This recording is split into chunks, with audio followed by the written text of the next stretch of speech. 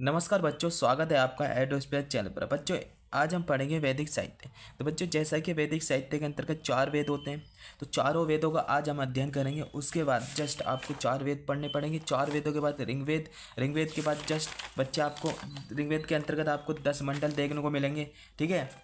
उसके बाद आपको सामवेद बच्चों, उसके बाद यजुर्वेद, उसके बाद जस्ट आपको देखने को मिलेगा लास्ट में अथर्ववेद। दिखाई दे रहा है आपको? लास्ट में आपको देखने को मिलेगा अथर्ववेद। बच्चे ये पार्ट 1 वीडियो रहेगा वैदिक साहित्य के अंतर्गत। उसके बाद पार्ट 2 होगा जो कि 4 वेदों का ब्राह्मण ग्रंथ होगा। ठीक है बच्चे, तो पार्ट 2 वीडियो होगा, उसको हम पार्ट 2 इसलिए कर दिया गया है क्योंकि वो पार्ट 2 ही रहेगा। ठीक है। तो बच्चों, स्टार्ट करते हैं ऋग्वेद। तो जैसा कि बच्चे आप जानते हैं कि ऋग्वेद, तो बच्चे ऋग्वेदिक समाज के बारे में जानकारी हमें कहाँ से प्राप्त होती है? बच्चे कहाँ से? ऋग्वेद से हमें जानकारी प्राप्त होती है ऋग्वेदिक समाज के बारे में, जैसा कि आप जानते हैं ना बच्चे। जबकि हम बात करें श्रेष्ठ तीनों वेदों से, तो बच्चे श्रेष्ठ तीनों वेदों से हमें उत्तर वैदिक समाज के बारे में जानकारी प्राप्त होती है बच्चे। जैसे कि तीनों वेद कौन? जैसे तो उत्तर वैदिक काल के विषय में जानकारी प्राप्त होती है बच्चे, बल्कि ब्राह्मण ग्रंथ, आरण्यक, उपनिषद साहित्य से भी हमें क्या उत्तर वैदिक काल के विषय में जानकारी प्राप्त होती है, उसके समाज के बारे में जानकारी प्राप्त होती है। तो बच्चे थोड़ा मैं समझा देता हूँ। जैसे कि ऋग्वेद, बच्चे ऋग्वेदिक ग्रंथ है जो है, जो सबसे प्राचीन ग्रंथ माना जाता है ऋग्वेदिक ग्रंथ। तो बच्चे जैसा कि आप जानते हैं कि ऋग्वेद से हमें ऋग्वेदिक समाज के बारे में जानकारी प्राप्त होती है। लेकिन जो श्रेष्ठ 3 वेद कौन से? सामवेद, अथर्ववेद, यजुर्वेद, है ना। बाकी जो बच्चे बच्चे जैसा कि ब्राह्मण ग्रंथ है, आरण्यक है और उपनिषद साहित्य भी है, इन सब से बच्चे उत्तर वैदिक काल के बारे में जानकारी प्राप्त होती है, जैसे कि आप समझ गए होंगे, है ना बच्चे। अगर बात करें आगे की, तो बच्चे जैसा कि वैदिक साहित्य है, तो बच्चे वैदिक साहित्य में 4 वेद आते हैं, है ना। और चारों वेदों के अपने अपने ब्राह्मण ग्रंथ हैं। कौन से? ब्राह्मण ग्रंथ बच्चे, क्या है? ब्राह्मण ग्रंथ है बच्चे। इसको मैं पार्ट 2 में कवर करूँगा। ठीक है, वैदिक साहित्य के अंतर्गत पार्ट 2 में कवर करूँगा ब्राह्मण ग्रंथ। ये बहुत ज़्यादा इंपॉर्टेंट रहने वाले हैं एग्जाम के लिहाज से। ठीक है बच्चे। तो अर्थात हर ब्राह्मण ग्रंथ बच्चे किसी न किसी वेद से संबंधित होता है। जैसे कि ऋग्वेद के ब्राह्मण ग्रंथ है, ठीक है। जैसे कि अथर्ववेद, यजुर्वेद, सामवेद, ये सबके क्या है? ब्राह्मण ग्रंथ होते हैं बच्चे, है ना। जैसे कि आरण्यक साहित्य भी क्या है? उपनिषद साहित्य है बच्चे। जैसे कि ये सब साहित्य वैदिक साहित्य में शामिल है बच्चे। एक चीज़ याद रखना, 4 वेद हो गए, है ना, ऋग्वेद, सामवेद, यजुर्वेद, अथर्ववेद। ठीक है। उसके बाद ब्राह्मण हो गया, ब्राह्मण ग्रंथ हो गए, आरण्यक हो गए, उपनिषद साहित्य हो गए। चारों साहित्य बच्चे क्या है? ये साहित्य वैदिक साहित्य में शामिल होते हैं। ये चारों साहित्य जो है वैदिक साहित्य में शामिल होते हैं बच्चे, है ना। जैसा कि हम बात करें बच्चे, अक्सर पूछ ले जाता है एग्जाम में कि जो उपवेद है, क्या बच्चे? उपवेद और वेदांग। तो बच्चे उपवेद और वेदांग जो है ये दोनों वैदिक साहित्य नहीं है। ये एग्जाम में बहुत बड़ी कन्फ्यूजन बन जाती है। और उपवेद और वेदांग ये दोनों वैदिक साहित्य नहीं है। पूछ ले जाता है कि उपवेद और वेदांग ऑप्शन में दे दिया जाएगा, बच्चे उसको टिक लगा देते कि वेदांग भी जो है वैदिक साहित्य नहीं बच्चे। उपवेद और वेदांग जो है दोनों वैदिक साहित्य नहीं है। इनकी रचना बच्चे वैदिक साहित्य के बाद हुई थी। किसे? वैदिक साहित्य के काल में की गई थी। वैदिक साहित्य के जो बाद का काल था उसमें की गई थी। अर्थात जब जाकर उत्तर वैदिक काल जब समाप्त हो रहा था, उसके बाद इन दोनों वेदों की रचना हुई थी। कौन से? उपवेद और वेदांग। बच्चे आगे चलते हैं। जैसे कि बच्चे आप जानते हैं कि उपवेद, तो उपवेद और वेदांग बच्चे वैदिक उत्तर साहित्य हैं, याद रखना। जो उपवेद और वेदांग है ना बच्चे, ये वैदिक उत्तर साहित्य है ना।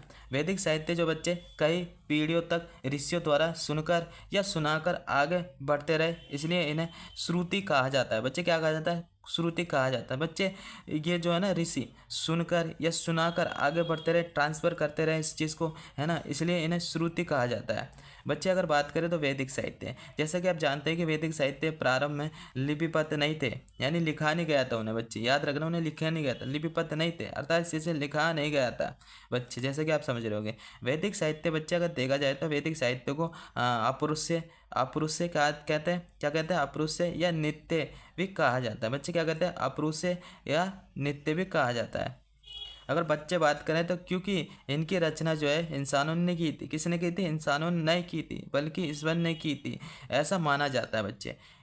बच्चे क्या कहा जाता है कि इनकी रचना जो है इंसानों ने नहीं की, बल्कि ईश्वर ने की थी इनकी रचना, इसलिए अपरुष से और नित्य भी कहते हैं, है ना, वैदिक साहित्य को। क्या कहते हैं बच्चे, अपरू से और नित्य भी कहते हैं वैदिक साहित्य को, है ना बच्चे। अगर बात करें तो चार वेद, बच्चे चार वेद में अगर बात करें तो सबसे सबसे श्रेष्ठ कौन सा वेद है, ऋग्वेद। सबसे प्राचीन कौन सा वेद है, ऋग्वेद। उसके बाद कौन सा, सामवेद। उसके बाद यजुर्वेद। उस इन तीनों वेदों को वेद त्रय कहा जाता है बच्चे। क्या कहा जाता है, वेद त्रय कहा जाता है इन दोनों वेद को, ऋग्वेद, सामवेद, यजुर्वेद। इन तीनों वेदों को क्या कहा जाता है बच्चे, वेद त्रय कहा जाता है। और बच्चे अगर बात करें तीनों वेद, तो बच्चे ये तीनों वेद है ना यज्ञ से संबंधित है, याद रखना, यज्ञ से संबंधित है तीनों वेद है।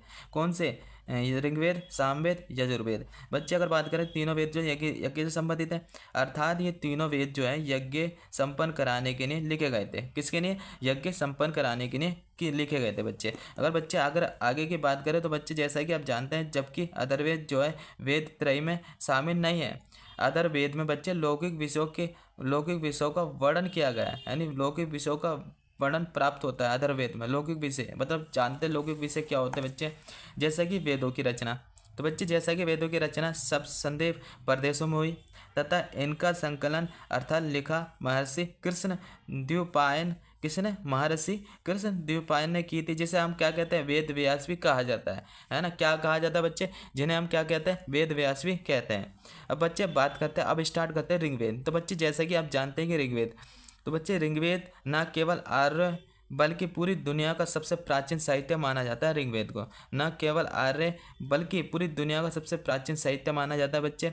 अब बात करते हैं रिंग। तो बच्चे रिंग का क्या अर्थ होता है, अब इसका अर्थ भी तो जानना है बच्चे। रिंग का जो अर्थ होता है श्लोक या चंदपंथ, चंदपंथ भी कह सकते हैं या चंद उपपंथ भी कह देते हैं, है ना बच्चे।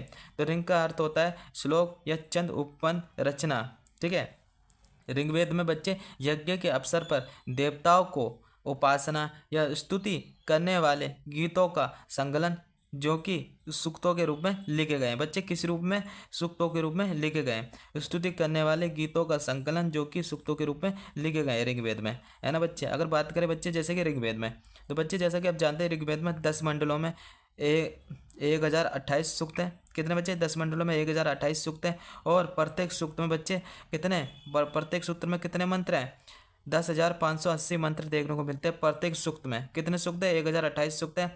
और प्रत्येक सूक्त में बच्चे 10,580 मंत्र हमें देखने को मिलते हैं, है ना बच्चे। अगर बात करें सूक्त, तो बच्चे जैसा कि आप जानते हैं सूक्त का अर्थ क्या होता है, अच्छी युक्ति अर्थात अच्छी बात, है ना। तो बच्चे 10,580 मंत्रों में से अत्यधिक जो मंत्रों में यज्ञ के दौरान देवताओं को आह्वान किया गया है बच्चे। किस लिए, यज्ञ के दौरान देवताओं को आह्वान किया गया है, देवताओं को बुलाया गया है, ठीक है। 10,580 मंत्रों में ज़्यादातर जो मंत्र है वो यज्ञ के दौरान देवताओं को आह्वान किया गया है ना। अगर बच्चे बात करें तो एक होता है बच्चे। होता कौन होते हैं बच्चे, इसमें मैं अंडरलाइन कर देता हूँ होता।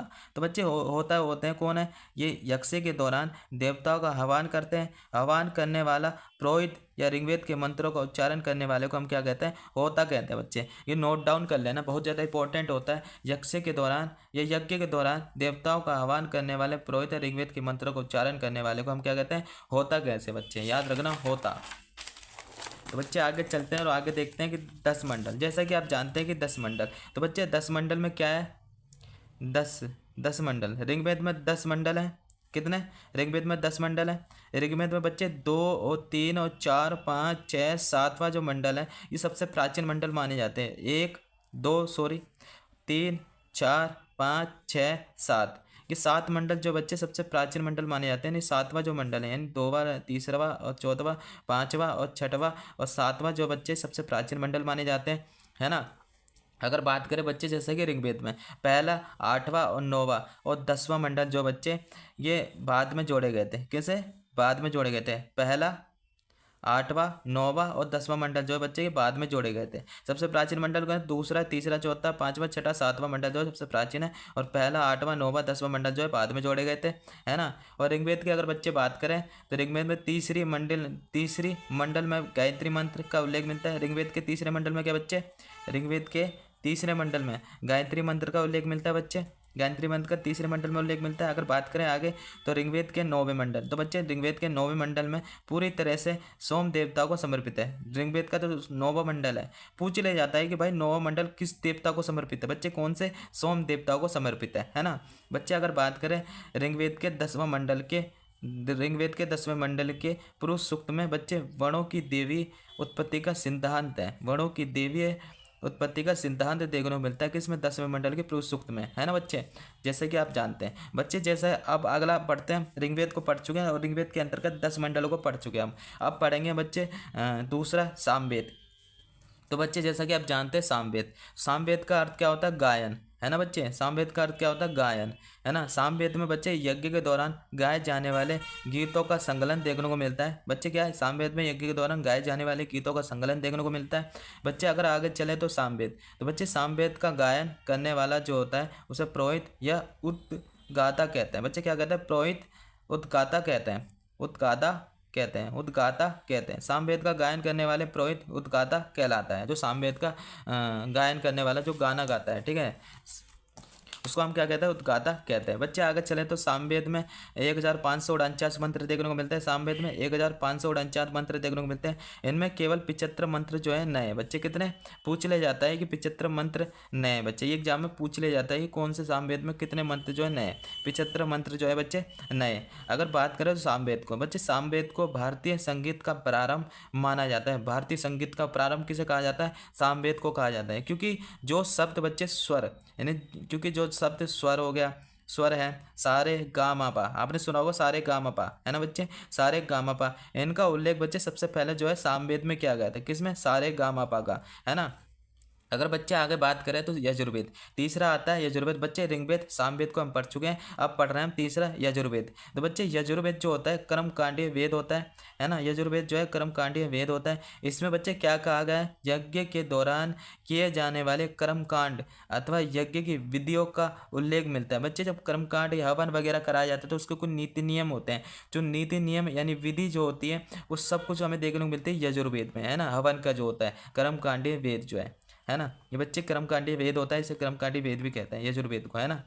यजुर्वेद को बच्चे, यजुर्वेद को पढ़ने वाला जो पुरोहित होता है उसे यजुर्वेद के कर्म कांडों को संपन्न करने वाला पुरोहित या यज्ञ की विधियों को संपन्न करने वाला पुरोहित अधर्वे कहलाता है बच्चे। याद रखना, अधर्वे पूछ लिया जाता है किसे कहा जाता है, जो यजुर्वेद को पढ़ने वाला पुरोहित होता है या यजुर्वेद के कर्म कांडों को संपन्न करने वाला जो पुरोहित होता है उसे हम क्या कहते हैं, अधर्वे कहते हैं बच्चे, है ना। बच्चे आगे चले तो यजुर्वेद, तो बच्चे जैसे कि आप जानते हैं कि यजुर्वेद जो है मात्र कद और पद दोनों में देखने को मिलता है, कद और पद दोनों में रचित होता है बच्चे। जैसा कि यजुर्वेद की 2 शाखाएं हैं, कौन सा, कृष्ण यजुर्वेद, और जो गद में देखने को मिलता है बच्चे कृष्ण यजुर्वेद, जो कि गद में देखने को मिलता है, लिखा गया है। और जबकि जो शुक्ल यजुर्वेद जो है बच्चे पद में लिखा गया है, किसमें, पद में लिखा गया है। अगर बात करें तो आगे शुक्ल यजुर्वेद को बच्चे वाच सेनाई संहिता भी कहा जाता है बच्चे। क्या, वाच सेनाई संहिता भी कहा जाता है। आगे चलते हैं बच्चे, नेक्स्ट और लास्ट जो रहने वाला है हमारा अथर्ववेद रहने वाला है बच्चे। तो लास्ट वेद है अथर्ववेद। तो बच्चे जैसा कि आप जानते हैं कि अथर्ववेद का नाम बच्चे अथर्वा ऋषि, एक अथर्वा ऋषि थे, उनके नाम पे अथर्ववेद का नाम पड़ा था बच्चे, है ना। उनके नाम पे क्या पड़ा था बच्चे, अथर्ववेद का नाम पड़ा था। अगर बात करें अथर्व का अर्थ क्या होता है बच्चे, जाटू टोना बच्चे। अथर्व का क्या अर्थ होता है, जाटू टोना बच्चे। अगर बात करें अथर्ववेद में तो यज्ञ में बाधा आने पर उसका निराकरण करने वाले मंत्रों का संकलन किया गया, इसलिए अथर्ववेद को ब्रह्मवेद या श्रेष्ठ वेद भी कहा गया है बच्चे। क्या कहा गया कि इसलिए अथर्ववेद को ब्रह्मवेद या श्रेष्ठ वेद भी कहा गया है बच्चे। अगर बात करें तो अथर्ववेद के मंत्रों का उच्चारण करने वाले पुरोहित को ब्रह्मा कहा गया है। क्या कहा गया है, ब्रह्मा कहलाता था। क्या कहलाता था, अथर्ववेद के मंत्रों को उच्चारण करने वाले को पुरोहित को क्या कहेंगे, ब्रह्मा कहलाता था बच्चे। अगर बात करें अथर्ववेद, जैसे कि अथर्ववेद में जादू टोना, वशीकरण, भूत प्रेत से संबंधित जो मंत्र देखने को मिलते हैं वो सिर्फ कहाँ देखने को मिलते हैं बच्चे, अथर्ववेद में। अथर्ववेद में विभिन्न प्रकार के औषधियाँ मेडिसिन वगैरह जो देखने को, उसका जो मेडिसिन वगैरह का जो वर्णन देखने को मिलता है बच्चे, हमें अथर्ववेद में देखने को मिलता है, ठीक है। जड़ी बूटी वगैरह जो अथर्ववेद में लिखा गया है ना। अथर्ववेद में बच्चे अधिकांश मंत्र जो है प्रेत आत्माओं से मुक्ति का मार्ग बताने से है, यानी प्रेत आत्माओं से मुक्ति का मार्ग से बताते हैं। यानी क्या कहा गया है कि प्रेत आत्माओं से कैसे मुक्ति पाना है, उसके मार्ग बताए गए अथर्ववेद में बच्चे। अगर बच्चे बात करें आगे तो बच्चे जैसा कि आप जानते हैं कि चारों वेदों में से बच्चे सबसे लोकप्रिय वेद कौन सा, अथर्ववेद को माना गया। सबसे लोकप्रिय वेद बच्चे अथर्ववेद को माना गया। तो बच्चे आगे बस थोड़ा सा और रहने वाला है अथर्ववेद। तो बच्चे अथर्ववेद में जनसाधारण के विश्वासों का वर्णन मिलता है ना बच्चे। अगर आगे बात करें तो अथर्ववेद में बच्चे, अथर्ववेद में अंक तथा मगध का भी उल्लेख हुआ है। अंग और मगध का भी उल्लेख हुआ है बच्चे। ये महाजनपद हुआ करते थे, ठीक है। तो अथर्ववेद में अंग और मगध का उल्लेख देखने को मिलता है। इसमें सुदूरवर्ती प्रदेश बताया गया है अंग और मगध को, है ना बच्चे। उत्तरवैदिक काल तक आर्य जो है अंग और मगध में प्रवेश नहीं कर पाए थे, इसलिए जो है अंग और मगध जो दोनों महाजनपद थे उनको बच्चे सुदूरवर्ती प्रदेश बताया गया है यजुर्वेद अथर्ववेद में, सॉरी। उत्तरवैदिक काल तक आर्य जो है अंग मगध में प्रवेश नहीं कर पाए थे, इसलिए अंग और मगध को सुदूरवर्ती क्षेत्र बताया गया है, दूर वाला क्षेत्र, है ना। अगर बच्चे अगर बात करें तो अथर्ववेद में बच्चे सभा और समिति का भी उल्लेख हुआ है। इन दोनों को बच्चे क्या कहा गया है? प्रजापति की दो पुत्री कहा गया है। किसको? सभा और समिति को। बच्चे अगर बात करें अथर्ववेद में परीक्षित का उल्लेख मिलता है। किसमें? अथर्ववेद में परीक्षित का उल्लेख मिलता है ना बच्चे। तो आज ये टॉपिक यहीं खत्म होता है ना बच्चे। तो टॉपिक आपको अच्छा लगा है, विषय आपको अच्छा लगा है ना, तो बच्चे शेयर और सब्सक्राइब और कमेंट में जरूर लिखना है कि सर हमें बहुत अच्छा लगा, बहुत अच्छा पढ़ाया आपने। और बच्चे इसका पार्ट 2 आएगा, ठीक है, जिसमें चारों वेदों के ब्राह्मण ग्रंथ को कवर किया जाएगा बच्चे, ठीक है। धन्यवाद बच्चे, यहीं तक समाप्त करते हैं।